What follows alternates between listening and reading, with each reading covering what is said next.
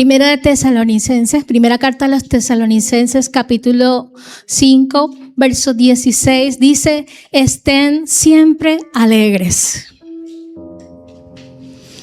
Oren sin cesar.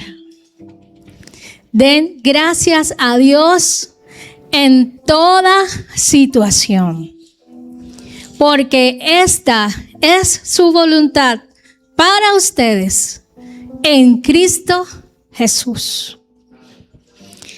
Lo está diciendo alguien que ha sufrido y que está pasando en esos momentos por terribles circunstancias. Lo está diciendo un hombre de Dios que ha padecido, que ha pasado verdes y maduras, un hombre que sufrió naufragios, persecuciones, estuvo a punto de morir varias veces, y todo siempre con una buena intención, todo siempre haciendo la obra del Señor, haciendo la voluntad de Dios. Padeció muchas cosas, lo que indica que el hecho de que usted y yo estemos haciendo la voluntad de Dios no nos garantiza que todo nos va a ir súper bien y que eso va a eliminar todos nuestros problemas y nos va a librar de todo percance. Lo que esto indica es que cuando tú estás dentro de la voluntad de Dios, agradable y perfecta, su amor y su propósito te va a cuidar y te va a guardar hasta el momento en que Él así lo disponga, porque soberano es nuestro Dios. Vamos a abrir las escrituras. Por favor, vaya conmigo a Mateo capítulo 4, versos 12 al 17. Mateo capítulo 4, versos 12 al 17. Y está hablando aquí acerca del Señor Jesús cuando estaba iniciando su ministerio.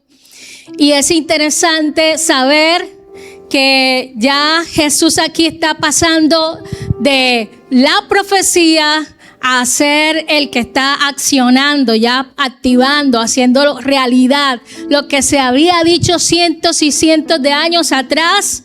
Jesús lo está haciendo cumplir en ese momento. Dice el verso 12 en esta versión. Tengo la nueva versión internacional. Dice: cuando Jesús oyó que habían encarcelado a Juan, regresó a Galilea. Partió de Nazaret y se fue a vivir a Capernaum, que está junto al lago en la región de Zabulón y de Neftalí, para cumplir lo dicho por el profeta Isaías. ¿Qué dijo el profeta Isaías? Dijo: tierra de Zabulón y tierra de Neftalí, desde el camino del mar al otro lado del Jordán. Dice acá en esta versión: Galilea de los gentiles. El pueblo que habitaba en la oscuridad ha visto una gran luz. Sobre los que vivían en tierra de sombra de muerte, una luz ha resplandecido. Desde entonces comenzó Jesús a predicar: arrepiéntanse, porque el reino de los cielos está cerca. Debe usted saber que estas tierras donde empezó Jesús a predicar el evangelio era parte de esa Israel, esa parte norte de Israel. Bueno, para contextualizarlos mejor, Israel estaba dividida en norte y sur. Esta parte de Galilea, de Zabulón, de Neftalí, hacían parte de 10 tribus de Israel que vivían muy cerca a ciudades o pueblos, naciones que no adoraban a Dios. Y poco a poco fueron mezclándose con ellos y haciendo de sus dioses, de los dioses de las otras naciones, sus propios dioses. Y cambiaron así la imagen de Dios por imágenes de animales. Y a Dios pues no le agradó esto y envió muchos profetas. Y de muchas maneras Dios advirtió al pueblo para que volvieran a Él y abandonaran sus ídolos. Pero el pueblo no quiso, el pueblo desobedeció, y conscientemente, porque ellos eran conscientes de que esto no agradaba a Dios, sin embargo, siguieron haciendo lo que a Dios no le agradaba. Pasaron los años y los años, Dios seguía advirtiendo, perdonando, teniendo misericordia, y así pasó un tiempo y la gente como que pensó que, bueno, hacemos lo malo y nada nos pasa. Pero cuando ya estaban, habían algunos ejércitos alrededor que se habían, digamos, fortalecido. Y Israel pensó que a ellos no llegaría, pero Dios, que es justo y que hace cumplir su palabra, uno de los pueblos a donde llegaron estos ejércitos invasores fue precisamente Zabulón, Neftalí, todas esas 10 tribus que estaban con ellos, excepto Judá y Jerusalén, que a ellas les fueron castigadas, pero después. Esta parte de Israel, la primera en ser castigada, la primera en caer en el paganismo, la primera en desobedecer a Dios, en dar mal ejemplo, la primera en fallar, en fracasar espiritualmente. Esta Israel que fue castigada, que fue sometida, que fue humillada. La Escritura dice que sufrieron gran humillación, que habían tinieblas, que cayeron en desesperación, que cayeron en gran angustia y dolor. Sin embargo, la Escritura dice allí mismo en Isaías capítulo 9 versos 1 y 2, sin embargo, no durarán para siempre su angustia y su dolor. A pesar de toda la maldad y de que realmente todo lo que les estaba aconteciendo era parte del pago de su pecado y de su maldad y por haber abandonado a Dios. Esto era cierto, pero aún así Dios está diciendo, aún con todo esto, tu dolor, tu angustia, tu desesperación, tu humillación, tu vergüenza no será para siempre, porque yo voy a hacer que en ti nazca la luz. Yo voy a hacer que sobre ti resplandezca la luz. Y es así como cientos y cientos de años después, Jesús mismo tomó e inició su ministerio justo en estos lugares, menospreciados por muchos. La gente que vivía allí en esa región era tenida como gente muy poco intelectual, muy poco estudiados, no tenían cultura. Eran gente que humanamente no tenía méritos para ser honrados de ninguna manera. Eran gente pagana. Eso era lo mínimo que le podían estandarizar. Y por eso eran mal vistos. Mas Jesús escogió esta ciudad para empezar su ministerio y mostrar su luz. ¿Por qué no escoger los grandes palacios de Jerusalén y los hermosos templos que habían allí, las hermosas sinagogas? ¿Por qué no escoger los mejores sitios, sino escoger a la abandonada, escoger aquella que nadie daba por ella nada? Y además de esto, dice la Escritura, además de irse para Galilea, se adentró en Nazaret. ¿Y qué es allí Nazaret? Nazaret era un pueblito muy pequeñito, como que estaba en la parte, era la parte rural, y era muy pequeña. La gente se dedicaba a la agricultura,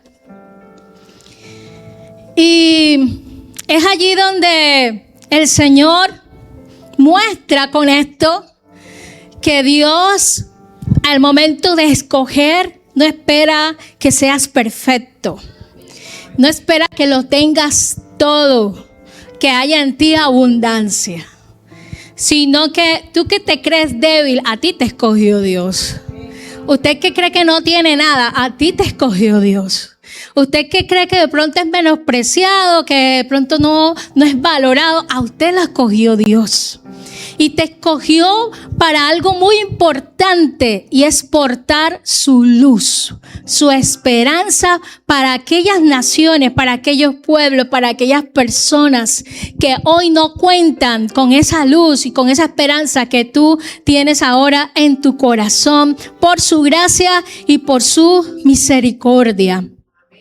La luz llegó primero aquí, inicia aquí su ministerio. No, esta parte nos dice también que Jesús llegó a campesinos, entonces llegó a pescadores, no llegó a los altos rangos de la ley o de la religión, de la élite del momento. Jesús llegó a los pobres. De hecho, usted podrá revisar en las escrituras y Jesús nunca se le vio enojado con una prostituta o con alguien que era catalogado como una persona mala dentro del pueblo, pero sí se le vio enojado, se le vio con mucho carácter frente a aquellos fariseos, gente que dentro del pueblo tenía estatus, tenía posición, tenía respeto, pero contra ellos Jesús se enojó porque es que era que ellos se creían demasiado buenos. Dígale al que está a su lado, eres demasiado bueno.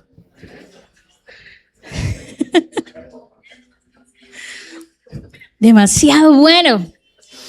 Ellos se creían tan buenos que lo que no era malo lo que ellos pretendían. Ellos pretendían hacer las cosas correctamente. Lo malo era la forma como ellos pretendían hacerlo. Entonces, ellos pretendían negar que tenían necesidad de esa luz que resplandece en las tinieblas. Ellos decían no tener tinieblas. Ellos creían no tener necesidad de esa luz. ¿Y cuántos de nosotros aquí a lo mejor estamos en esa misma circunstancia y creemos que no necesitamos de la ayuda de Dios y del favor de Dios o de la misericordia de Dios? Y cuando ya estamos en un nivel de extremo, de extrema necesidad, de extremo peligro, allí sí decimos Dios existe. Se escuchó noticias, si se escuchan noticias, usted ve por las redes diciendo de gente saliendo de los escombros, siendo rescatada. Dios existe, Dios existe, Dios es bueno.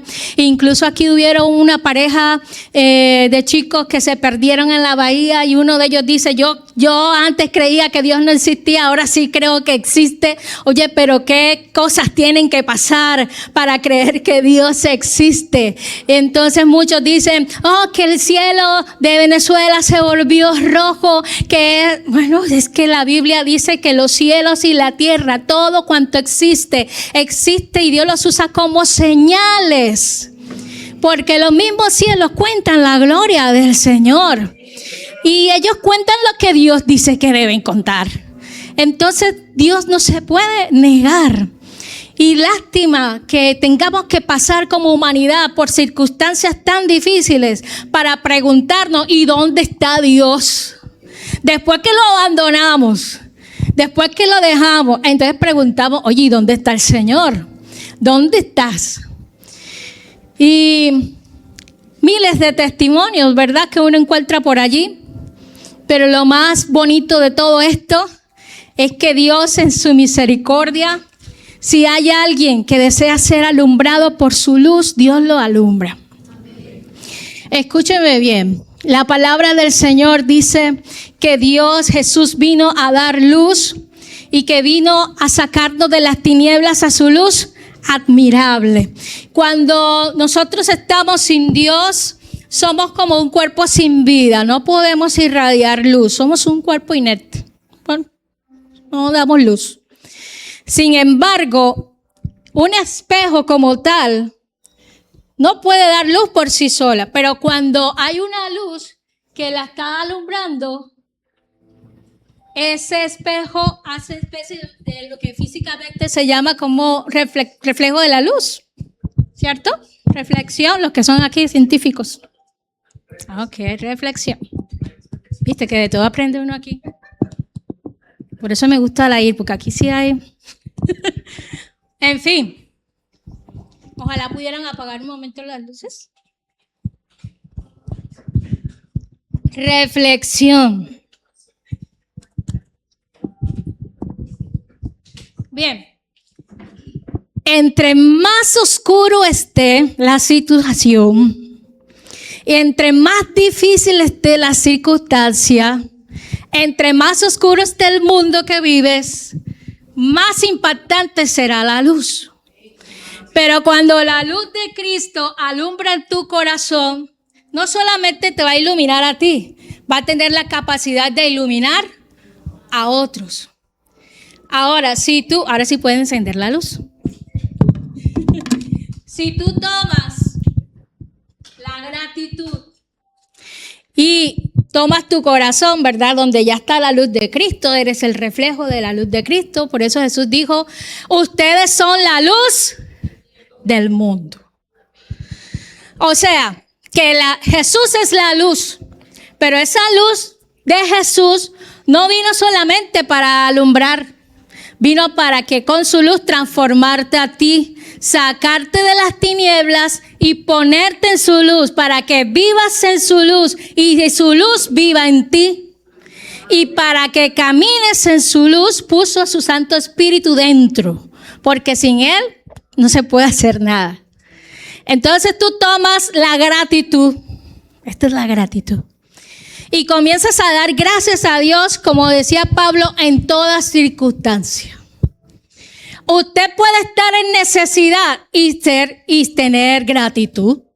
¿Cierto que sí? 2 hombres fueron al templo a orar a la hora de la frecuencia. ¿Se acuerdan de ellos? ¿Quiénes eran? Pedro y Juan. Y había un hombre con mucha necesidad que siempre estaba parado allí frente al templo. ¿Dónde estaba? En la puerta del templo. Porque estaba afuera. No estaba adentro. Porque estaba enfermo. Y porque su trabajo era pedir limosna. Y si estaba en la puerta del templo, ¿de quién estaba pidiendo la limosna? De los que entraban. ¿Y quiénes eran los que entraban? Entraba Graciela, entraba la hermana Roquelina, entraba el pastor, entraba la hermana Zuli. Y él extendía la mano todos los días de costumbre. Su dominical, su oración por la tarde, él estaba ahí. O sea que algo recogía el hombre, ¿no? Pero venían 2 cuya situación económica no es que era la mejor. La billetera de Pedro y Juan estaban semivacías. Porque usted siempre en la cartera guarda que la fotico, el recibo de la luz, el recibo del agua, estaba semivacías.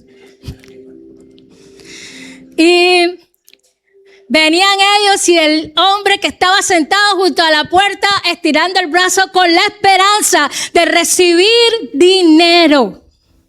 Sus ojos estaban enfocados en su necesidad terrenal. Por eso de la puerta no pasaba, porque él creía que todo cuanto necesitaba lo podía obtener allá afuera. Cuando vinieron esos 2 hombres y él estiró el brazo, la cara que puso Pedro.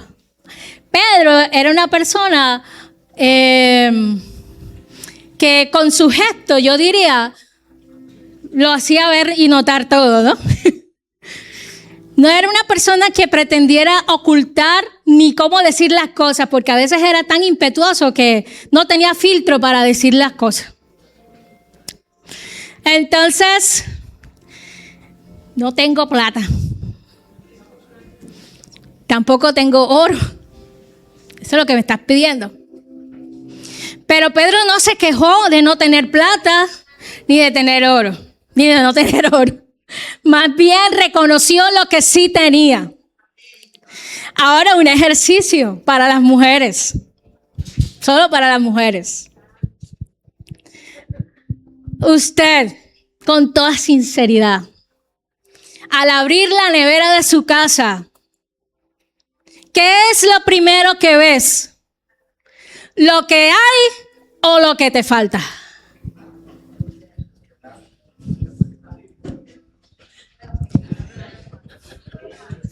La fuente de agua.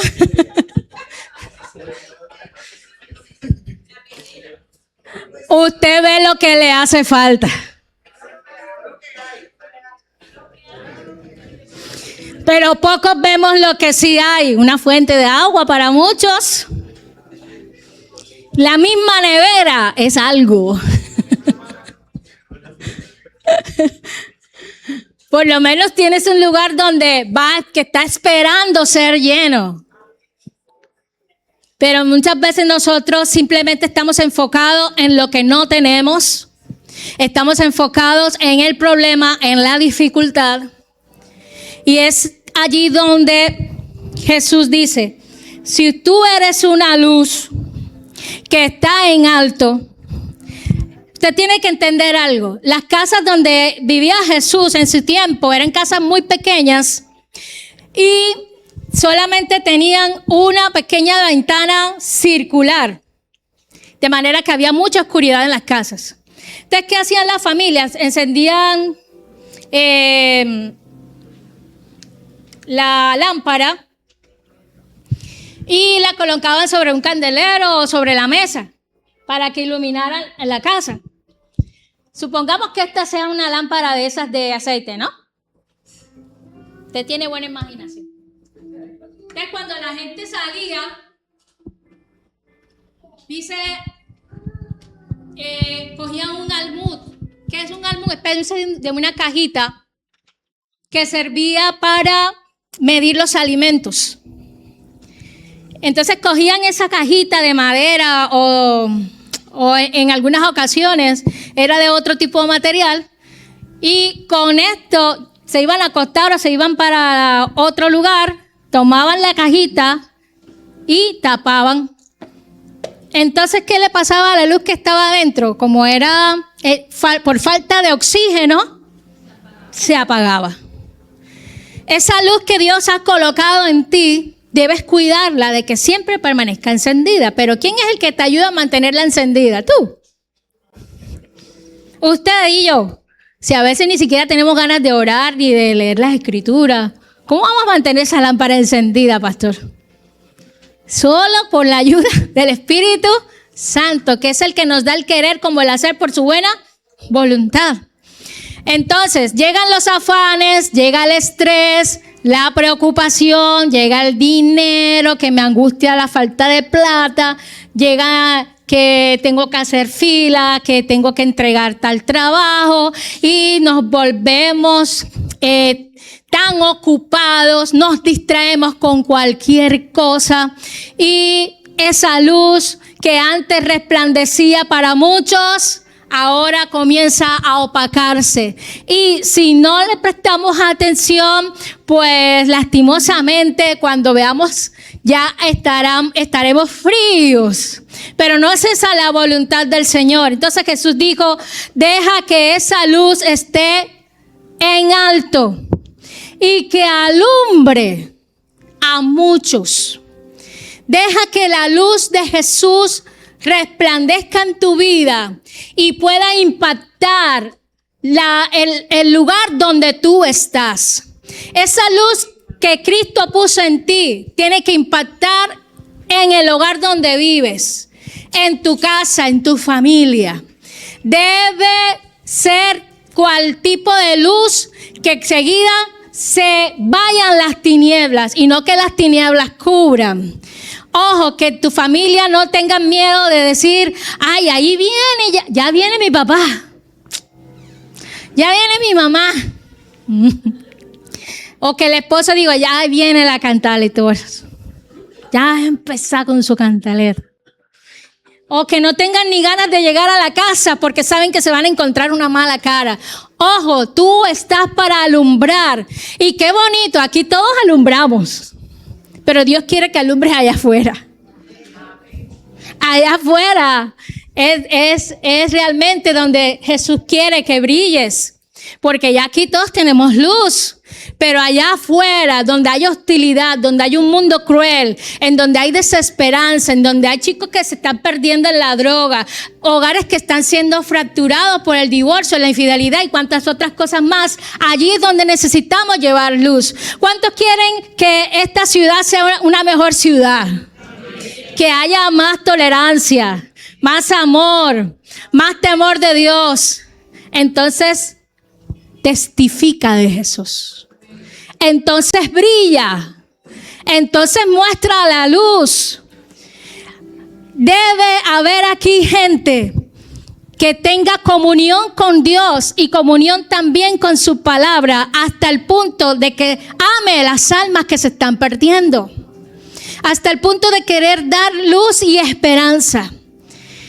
Y ya para cerrar, había 2 hombres también que en medio de su dolor, ya casi muertos, estaban dentro de una cárcel. ¿Quiénes eran? Pablo y Silas. Y aún en medio de todo ese quebranto, pudieron dar gracias a Dios y empezaron a alabar a Dios. Tu gratitud en medio de las circunstancias difíciles hace que la luz de Cristo brille con más intensidad que cuando están las cosas bien. Tu gratitud en medio de esa dificultad puede hacer grandes maravillas, puede liberarte, puede romper cadenas, puede abrir puertas que están cerradas. Dios puede hacer milagros sorprendentes.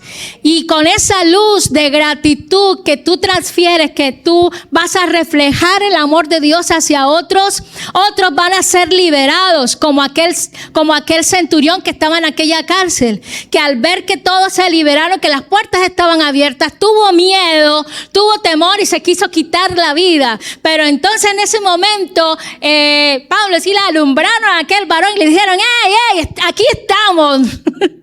No te mates, aquí estamos. Le alumbró Cristo y no solamente él creyó, sino que también creyó su familia. Y esto ocurrió en una cárcel, la cárcel de Filipo. Pero Dios no se quedó allí. La palabra de Dios no se quedó allí. La luz de Cristo no se quedó en la cárcel, sino que salió de allí. Y el primer hogar donde se predicó la palabra en Filipo, adivinen, ¿de qué casa fue? ¿En qué casa fue? En la casa de ese centurión. ¿Por qué? Pablo le dijo: cree en el Señor Jesucristo y serás salvo, tú y tu familia, tú y tu casa.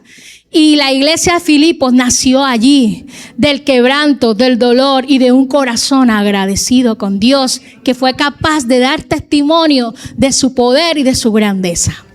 Cuando tú das testimonio de Dios, de su poder, de su grandeza, no alcanzas a imaginar, gloria a Jesús, el impacto que tu luz puede hacer en otras personas. Yo sé que muchos de alguna manera llegaron a tu vida un día e impactaron con la luz, con su reflejo de Jesús en sus vidas. Y es lo que Dios aspira y quiere de cada uno de nosotros, que también nosotros podamos reflejar a Jesús en nuestro diario vivir, en nuestra cotidianidad, dentro y fuera de la iglesia, en nuestros hogares, en nuestros empleos, en la calle, en el barrio, en todo lugar. Y cuando estemos a solas también, en la integridad de nuestra soledad, allí también. Allí, en nuestro celular, en los mensajes que enviamos, allí Dios también quiere ver integridad y luz.